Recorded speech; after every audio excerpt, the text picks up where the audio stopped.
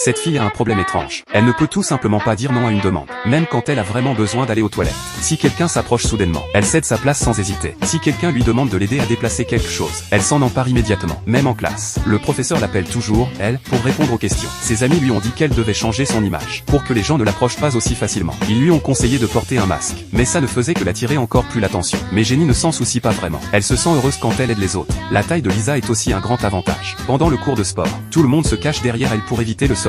C'est l'heure de former les équipes. Tout le monde veut être dans la sienne. Même d'autres clubs de sport demandent à Jenny de jouer en tant que remplaçante. Un jour, en aidant à porter quelque chose comme d'habitude, Jenny bouscula un petit garçon. C'était Jacques, un de ses camarades de classe. Jacques avait déjà entendu parler de la réputation de Jenny, qui ne sait jamais dire non. Alors il lui promit, confiant, qu'il ne lui demanderait jamais d'aide. Pendant la séance de nettoyage l'après-midi, Jacques se porta volontaire pour la tâche la plus difficile, tondre la pelouse. Voyant Jacques travailler tout seul, Jenny ne put s'empêcher d'aller lui prêter main forte. Elle voulait savoir pourquoi Jacques avait choisi d'aider les autres tout seul. Jacques lui répondit qu'il avait toujours été petit depuis son enfance, et que les gens le voyaient souvent comme faible ou peu fiable. C'est pourquoi il voulait être comme Jenny, quelqu'un d'assez fort pour aider les autres. En voyant les yeux déterminés de Jacques, Jenny décida de lui rendre service.